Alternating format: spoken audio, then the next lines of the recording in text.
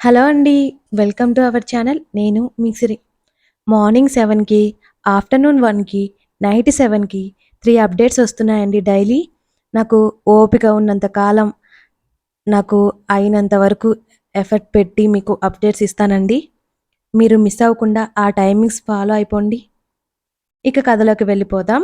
ప్రేయసకి 59 నీకై వస్తున్నా. అంతకుముందు మన ఛానల్‌ని సబ్స్క్రైబ్ చేసుకోని వాళ్ళుంటే చేసుకోండి. Thank you. మరో అరగంట తర్వాత ధరణి బ్లడ్లో ఏమీ కలిసి లేదని తేలింది. సరాసరి రోహన్ ఇంటి ముందు కారాపి లోపలికి వెళ్ళాడు సృజన్. సృజన్ని చూసి రోహన్ తల్లి రేఖ షాక్ అయింది. పెళ్లికి పిలవలేదని లోపల బాధపడుతోంది ఆమె. సృజన్ అలా పెళ్లి బట్టల్లో రావడంతో ఆశ్చర్యపోయింది. సృజన్ అంది ఎదురుగా వెళుతూ. పెద్దమ్మా, నీ కొడుకు ఎక్కడా అని అడిగాడు సృజన్. చప్పట్లు కొట్టుకుంటూ మెట్ల మీద నుంచి దిగివస్తున్నాడు రోహన్. రోహన్ని చూడగానే సృజన్ రక్తం ఒక్కసారిగా నరాల్లో నుంచి బయటికి వచ్చే అంతగా పొంగిపోయింది. సృజన్ ముఖం మరింత ఎర్రగా మారిపోయి అతడి దవడ కండరాలు బిగుసుకున్నాయి. హలో మై డియర్ బ్రదర్, ఇలా వచ్చావేంటి? ఓహో, మర్చిపోయాను. పెళ్లి పీటల మీద పెళ్లి కొడుకు ఒక్కడుంటే పెళ్లి ఎలా జరుగుతుంది? పెళ్లి కూతురు కూడా ఉండాలి కదా. రోహన్ రాక్షసంగా నవ్వుతున్నాడు. శ్రేష్ఠ ఎక్కడా అన్నాడు కోపాన్ని అణుచుకుంటూ సృజన్. నాకెలా తెలుస్తుంది? ఒకవేళ తెలిసినా నేను చెప్పను అన్నాడు రోహన్ అలాగే నవ్వుతూ. సృజన్ ఇక ఆవేశం అణుచుకోలేకపోయాడు. చాలా వేగంగా రోహన్ దగ్గరికి వెళ్ళి బలంగా కాళ్లతో రోహన్ గుండెల మీద కొట్టాడు. వెల్లెలికలా మెట్ల మీద పడ్డాడు రోహన్. చాలా ఆవేశంగా పైకి లేచి సృజన్ ముఖం మీద కొట్టాడు రోహన్. రోహన్ కాలర్ పట్టుకుని మరొక చేత రోహన్ ముక్కు మీద కొట్టాడు. చెప్పు, శ్రేష్ఠని ఏం చేశావు? ఎక్కడ దాచావు? అని రోహన్ కొడుతూనే ఉన్నాడు సృజన్. అసలు ఏం జరిగిందో అర్థం కాలేదు రోహన్ తల్లికి. కొడుకుని అలా కొడుతుంటే చూడలేక, సృజన్ సృజన్ ఆగు, అసలేమైంది? శ్రేష్ఠ ఎవరు అని సృజన్ని ఆపుతోంది రేఖ. నాకు కాబోయే భార్య పెద్దమ్మ, నీ కొడుకు తనని ఏదో చేశాడు. ఇద్దరు పోటాపోటీగా కొట్టుకుంటుంటే రేఖకు ఏం చేయాలో అర్థం కాలేదు. కనీసం తన భర్త కూడా ఇంట్లో లేడు వాళ్ళని ఆపడానికి. ఇద్దరు సమవుజ్జీలు కావడంతో ఇద్దరికి దెబ్బలు బాగానే తగిలాయి. రేఖ బలవంతంగా సృజన్ని వెనక్కి పిలిచింది. తన కొడుకు ఎలాగో తన మాట వినలేదు. నువ్వు నన్ను ఏమీ చేయలేవు, నీ ప్రాణం నా దగ్గరుంది. నోటి నుంచి వస్తున్న రక్తాన్ని తుడుచుకుంటూ నవ్వాడు రోహన్. అప్పటికే రోహన్ మనుషులు సృజన్ని చుట్టుముట్టారు. అక్కడే దూరంగా ఉన్న అక్షయ్ సృజన్కి కనిపించకుండా చూస్తున్నాడు. వెంటనే తన మనిషికి సైగ చేయగా ఫోన్ తీసుకొచ్చి ఇచ్చారు. అందులో బెడ్ మీద అచేతనంగా పడి ఉంది శ్రేష్ఠ. శ్రేష్ఠని అలా చూసి సృజన్ మనసు తట్టుకోలేకపోయింది. తన ప్రాణాలు తీయాలంటే ఒక్క క్షణం పని నాకు అని రోహన్ అనగానే తన మనిషి ఒకడు శ్రేష్ఠ గొంతు దగ్గర కత్తి పెట్టాడు. సృజన్ వద్దు అన్నట్టు అరుస్తూ చేతిని ముందుకు పెట్టాడు. రోహన్ తన మనుషులకి సైగ చేయగా సృజన్ని కర్రలతో ఇష్టం వచ్చినట్లు కొట్టడం మొదలుపెట్టారు. కోపాన్ని బాధని దాచుకుంటూ అలాగే నిలబడ్డాడు సృజన్. రోహన్, ఏంట్రా ఇది అంటూ కొట్టొద్దు అని సృజన్కి అడ్డు నిలబడి ఏడుస్తోంది రేఖ. మమ్మీ, పక్కకు తప్పుకో అన్నాడు కోపంగా రోహన్. రోహన్, ఏం చేస్తున్నావు? నీకు అర్థమవుతుందా? ఎందుకు సృజన్ని అలా కొట్టిస్తున్నావు అని కొడుకు షట్టు పట్టుకుని కోపంగా చెంపలు వాయించింది రేఖ. తల్లిని పక్కకు నెట్టేశాడు సృజన్. నేను ప్రేమించిన అమ్మాయిని వీడు పెళ్లి చేసుకుంటుంటే కొట్టక ఏం చేయాలి అన్నాడు రోహన్ కోపంగా. సృజన్కి బాగా దెబ్బలు తగిలాయి. రోహన్ని చంపేయాలని ఉన్నా అతని చేతిలో ఉన్న ఫోన్లో శ్రేష్ఠ గొంతు దగ్గర ఉన్న కత్తి కనబడుతోంది. నిస్సహాయంగా నిలబడి ఉన్నాడు. దెబ్బలు తాలూకా రక్తం కారుతోంది. రోహన్, శ్రేష్ఠని వదిలే, తనకేం తెలీదు. బ్రతిమాలుతున్నట్టు ఉన్నాడు సృజన్. అప్పటి వరకు కోపంతో ఊగిపోయావు. నా రక్తం కళ్ళ చూసి నన్నెలా వదులుతాను? దాన్ని ఎవరినో కాపాడ్డానికి నాకు ఎదురు తిరుగుతావా? అదే నీ చెల్లిని. ఇప్పుడు అనుభవించు. నువ్విప్పుడు ఇంటికి వెళ్ళిపో. లేదనుకో ఏం చేస్తానో తెలుసా? నవ్వాడు రోహన్. ఆ సెల్ ఫోన్ వైపు చూస్తున్నాడు సృజన్. అదే ఇంట్లో శ్రేష్ఠ లేదు. ఎక్కడ దాచాడు? ఎక్కడి నుంచి వచ్చాడు? అర్థం కాలేదు సృజన్కి. తన దగ్గరే ఉంది అని రోహన్ గర్వంగా చెప్తున్నా ఏమీ చేయలేని నిస్సహాయతలో సృజన్ ఉన్నాడు.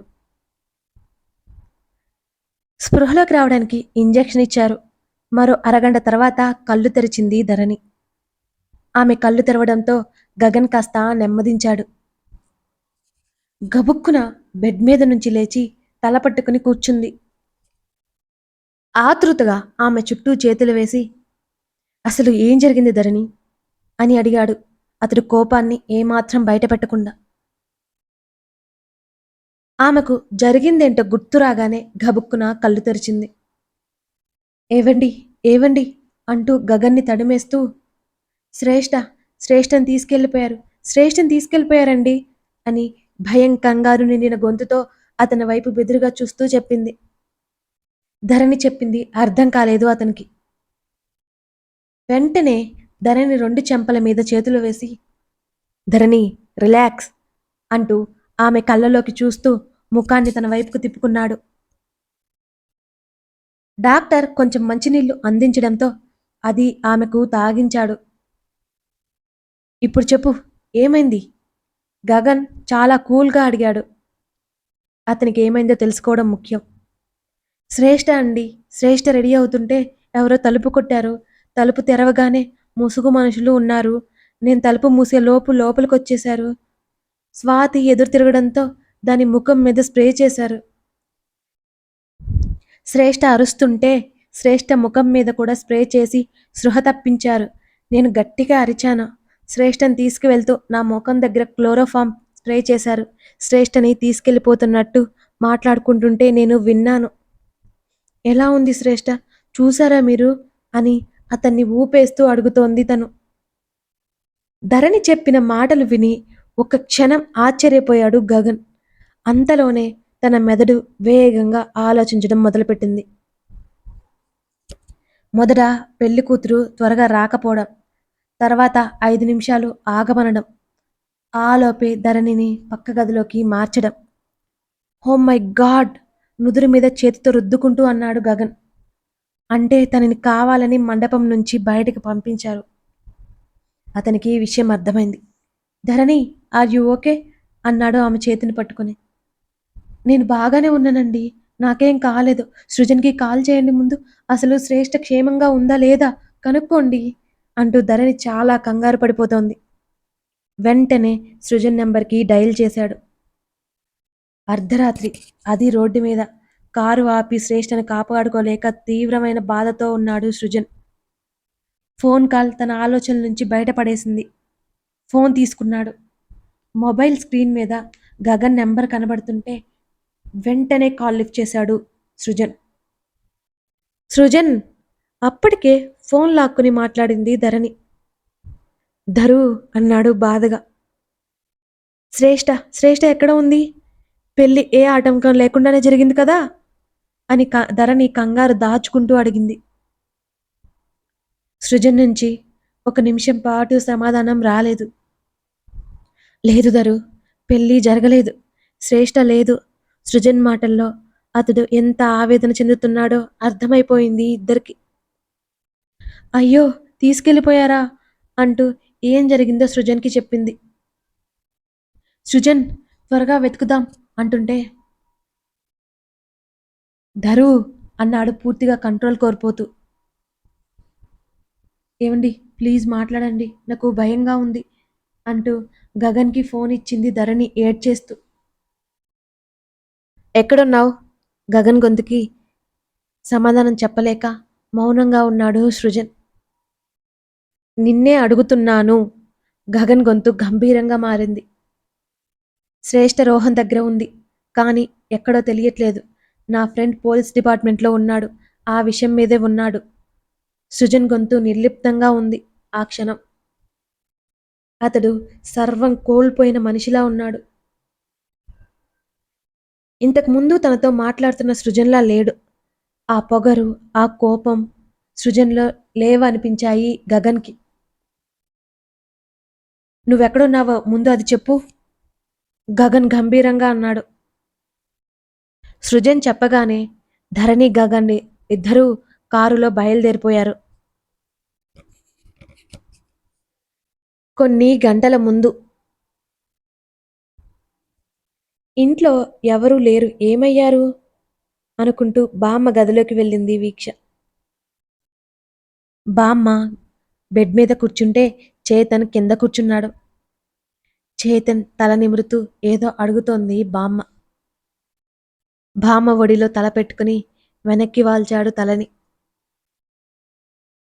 తలుపు దగ్గర వీక్ష కనిపించింది చేతన్‌కి. సరిగ్గా కూర్చున్నాడు. ఇంకా అక్కడే నిలబడిపోయావేంటే? రావే వీక్షు అంది బామ్మ. అందరూ ఎక్కడికి వెళ్ళారమ్మమ్మ అని అడిగింది వీక్ష. కన్నా వాళ్ళు ధరణి స్నేహితుడి పెళ్లికి వెళ్ళారు. మీ అత్తయ్య మావయ్య ఏదో ఫంక్షన్ ఉందని వెళ్ళారే అంది బామ్మ. సరే బామ్మ, లేట్ అయింది కదా పడుకో. ఇంకొక క్షణం ఆలస్యం చేయకుండా అక్కడి నుంచి గబగబా బయటికి వచ్చింది. ఎలా ఉండేదిరా, ఇలా అయిపోయింది. అది పొగరుగా ఉంటేనే బాగుంటుందిరా. బామ్మ మాటలు వీక్షకు వినబడుతూనే ఉన్నాయి. చేతన్ ఏ సమాధానం చెప్పకముందే అతని మాటలు వినడం ఇష్టం లేనట్టుగా ఆ గది నుండి గబగబా మెట్ల వైపుకు నడిచింది వీక్ష. నేను వీక్షితో మాట్లాడొస్తాను బామ్మ అంటూ పైకి లేచాడు చేతన్. దానికి నన్నెందుకు అడుగుతావురా, వెళ్ళు అంది బామ్మ. చేతన్ వీక్ష గదివైపు అడుగులు వేశాడు. వీక్ష గదిలోకి అడుగుపెట్టిన 5 నిమిషాల్లోనే ఆమె తలుపు తట్టాడు చేతన్. భుజం మీదుగా వెనక్కి చూసింది వీక్ష. చేతన్ కనిపించగానే పూర్తిగా వెనక్కి తిరిగింది. నీతో మాట్లాడాలి అతడు ఆమెనే సూటిగా చూస్తూ అన్నాడు. ఏముంది మాట్లాడుకోవడానికి? నాకైతే మాట్లాడాలని లేదు వీక్ష కఠినంగా చెప్పింది. నిన్నే మాట్లాడమని నేను అనట్లేదు. జస్ట్ విను చాలు అన్నాడు చేతన్. నాకిప్పుడేం వినాలని లేదు, నిద్ర వస్తుంది అంది వీక్ష మొండిగా. నీకు తప్పదు అంటూ తలుపులు మూసేసి గడియ పెట్టేశాడు చేతన్. ఏం చేస్తున్నావు అంది కోపంగా. కనిపించట్లేదా? తలుపుకి తాళాలు వేస్తున్నాను భుజాలు ఎగరవేసి ముందుకు నడుస్తూ అన్నాడు. నాకు ఇష్టం లేదంటే నీకు అర్థం కావడం లేదా? ఎందుకు నన్ను ఇంత విసిగిస్తున్నావు అని అరిచేస్తోంది వీక్ష. నువ్వు ఎంతగా అరిచినా తిట్టినా నేనిక్కడి నుంచి వెళ్ళను అతడు చిరునవ్వుతో అన్నాడు. ముఖం అంతా విసుగ్గా పెట్టుకుని తలుపు దగ్గరికి వచ్చి తీయడానికి ప్రయత్నం చేస్తుంటే ఆమె చేతిని పట్టుకుని ఆపేశాడు చేతన్. అబ్బా వదులు, ఒకసారి చెప్తే అర్థం కాదా నీకు అంటూ అతడి చేతిని విదిలించింది. అర్థం కాదు, అర్థమయ్యేలా చెప్పు. ఆమె చేతులు పట్టుకుని లాగగా అతని గుండెల మీద వాలిపోయింది వీక్ష. తలెత్తి చూసింది కోపంగా. ఈ చూపుల్ని చాలా మిస్ అయ్యాను అన్నాడు ఆమె కళ్ళల్లోకి తన్మయత్వంగా చూస్తూ. షడప్ అతన్ని వెనక్కి నెట్టేసి దూరం జరిగింది. నువ్వు కుదురుగా నేను చెప్పింది వినే వరకు ఈ గదిలో నుంచి నేను వెళ్ళను. నిన్ను అసలే వెళ్ళనివ్వను అన్నాడు చేతులు కట్టుకుని ఆమెనే చూస్తూ. చే, నీకేమైనా పిచ్చి పట్టిందా? ఒకవైపు చెప్తూనే ఉన్నాను కదా, ఎందుకిలా బిహేవ్ చేస్తున్నావు అంటూ ముఖమంతా చిరాగ్గా పెట్టుకొని గట్టిగా అరిచేసింది వీక్ష. అతడు నవ్వుతూ చూస్తుంటే ఆమెకు చిర్రెత్తుకొచ్చింది. ఏంటో చెప్పు విసుగ్గా బెడ్ మీద కూలబడింది. ఆమె కాళ్ళ కింద నేల మీద కూర్చున్నాడతను. మొదట ఆశ్చర్యపోయినా అతన్ని కొట్టేసేలా చూస్తూ ఓవర్ యాక్షన్ చేయకుండా పైన కూర్చో అంది ముఖం చిట్లించి చూస్తూ. మా అన్నయ్యతో తిరిగి తిరిగి ఇలా తయారైంది. ఇప్పటినుంచైనా మా వదినతో తిరిగితే బావుండు మనసులో అనుకున్నాడు చేతన్. అతడి వైపు కళ్ళెర్ర చేసి చూసింది వీక్ష. ఇదేంటి ఎలా చూస్తుంది? కొంపదీసి పైకే అనేసానా ఏంటి? అతను అనుకుంటుంటే, అవును పైకే అన్నావు. పళ్ళు పటపటలాడించింది వీక్ష. ఆ మాటకు వెర్రి నవ్వు ఒకటి నవ్వి, అబ్బా ఇక మన మధ్య జరిగిన గొడవ చాలు. ఇక నీతో గొడవ పెట్టుకోను అంటూ ఆమె చేతిని మెల్లిగా తన చేతిలోకి తీసుకున్నాడు. ఏం మాట్లాడకుండా చేతి గోళ్ళ వైపు చూసుకుంటూ కూర్చుంది. నిన్నే అడుగుతున్నాను. సమాధానం చెప్పవేంటి? అని అడిగాడు చేతన్. నన్నేమైనా అడిగావా? గొడవ గొడవ పెట్టుకోను అన్నావు. దానికి నేనేం జవాబు చెప్పాలి? అంది ముఖం చిట్లించి చూస్తూ. ప్రతి దానికి లాజిక్కు అని గొనిగాడు చేతన్. చెప్పడం అయికపోతే ఇక వెళ్ళు అంది విసుగ్గా. వీక్షు వీక్షు గారంగా పిలిచాడు. ఏంటి అన్నట్టుగా అదే సీరియస్నెస్ ముఖంతో చూసింది అతన్ని. ఇలా చూపులతో కాల్చేసేలా చూస్తుంటే నాకు మాటలెలా వస్తాయి? కాస్త రొమాంటిక్‌గా చూడొచ్చు కదా! అని మనసులో అనుకున్నాడు. మళ్ళీ అంతలోనే అమ్మో! ఇది పైకనుకోలేదు కదా! విన్నది అంటే నన్ను బొందపెడుతుంది అనుకుంటూ ఆమె వైపు కళ్ళెత్తి చూశాడు. ఏసీ గాలి నేరుగా ఆమెకు తగిలి ఆమె ముఖం మీదకి వాలిన ముంగుర్లని మునువెళ్ళతో మెల్లిగా చెవి వెనక్కి తోసుకుంటూ కనిపించింది. నైట్ డ్రెస్‌లో కూడా ఎంత బావుంది! ముద్దుగా ఉంది. చెంప కింద చేతిని పెట్టుకుని ఆమెనే చూస్తూ అనుకున్నాడు చేతన్. అతడు చూస్తుండగా అతని చేతిలో ఉన్న తన చెయ్యి వెనక్కి లాగేసుకుని, నాకు నిద్ర వస్తుంది. నువ్వెళ్ళు అంది విసుగ్గా వీక్ష. నువ్వు విసుక్కుంటుంటే నా గుండె కలుక్కుమంటోంది. నువ్వు విసుగు నడిస్తే ఇంకా ఇంకా నీతో ఉండాలనిపిస్తోంది అంటున్న చేతన్ మాటలకు కళ్ళు తిప్పి చూసింది వీక్ష. క్షణకాలం ఇద్దరి చూపులు కలుసుకున్నాయి. తడబాటుగా కళ్ళు తిప్పేసుకుంది. ఆమె చూపుల్లో ఏం తెలిసిందో ఏమో అతడి పెదవులు చిరుదరహాసం చేశాయి. అక్కడి నుండి లేచి ఆలోచనలు పెట్టుకోకుండా హాయిగా నిద్రపో అని వెళ్ళబోయి ఆగి వెనక్కి తిరిగి చెయ్యి ఎలా ఉంది అని అడిగాడు చేతన్.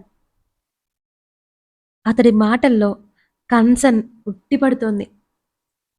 బాగున్నట్టుగా తల ఊపింది వీక్ష.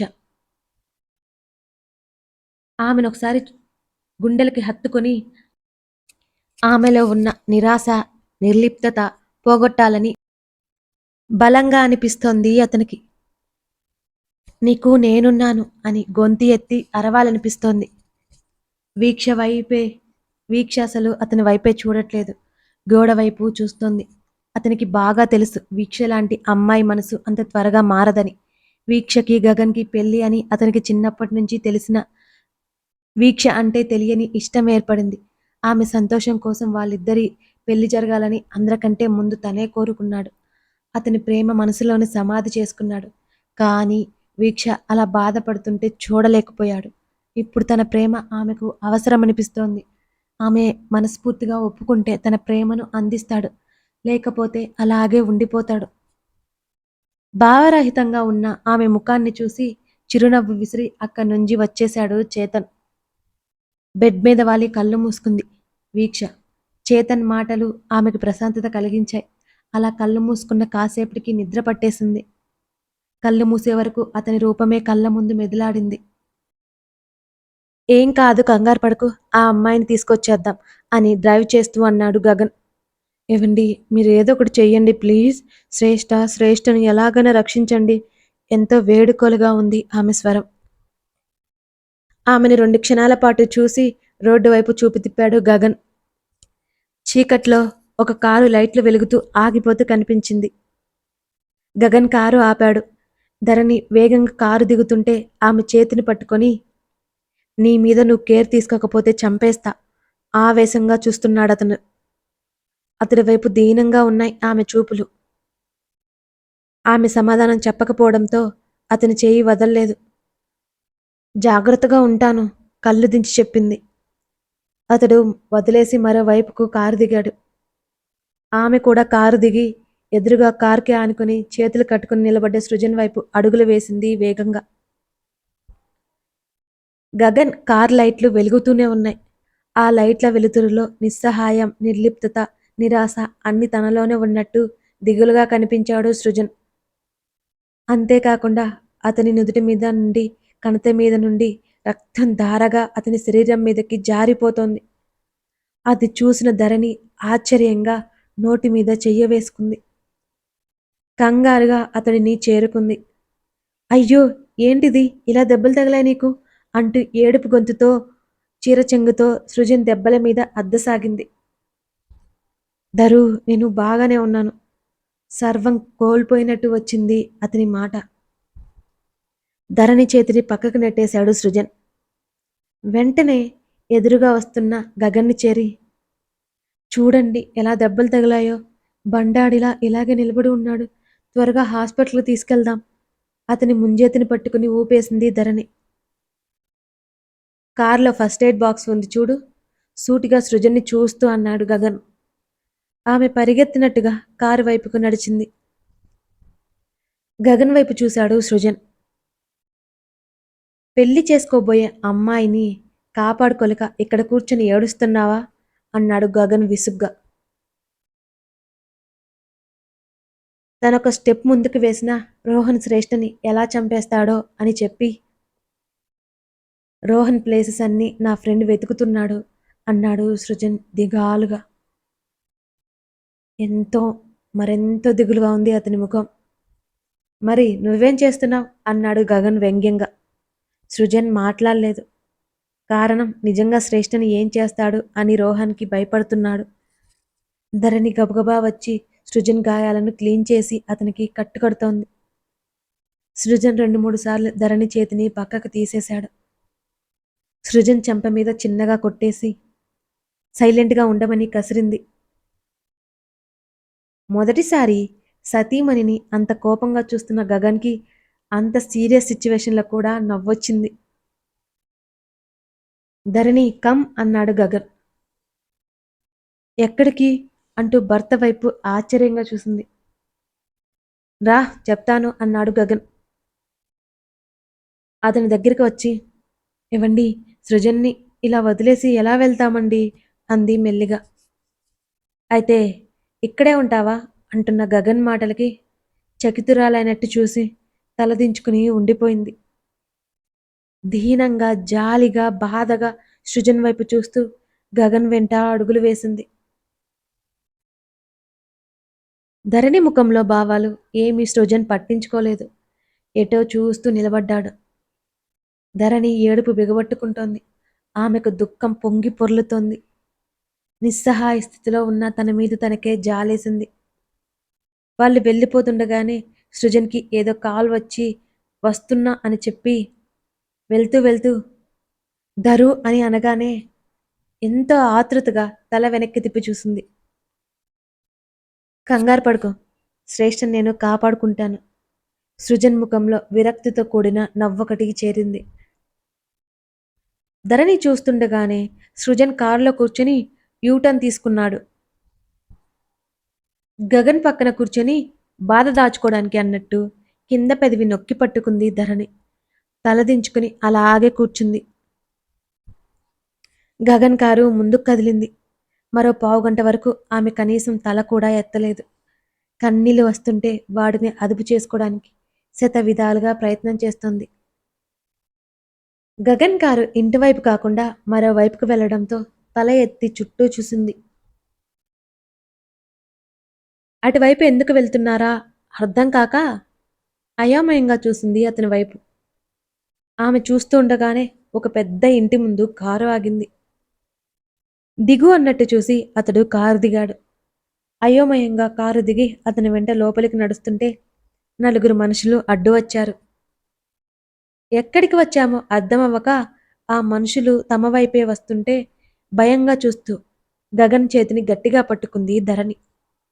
కథ కొనసాగుతోంది. మరిన్ని కథలకై మన ఛానల్ని సబ్స్క్రైబ్ చేసుకోండి. తర్వాత ఏమవుతుందో గెస్ చేయండి. Thank you very much.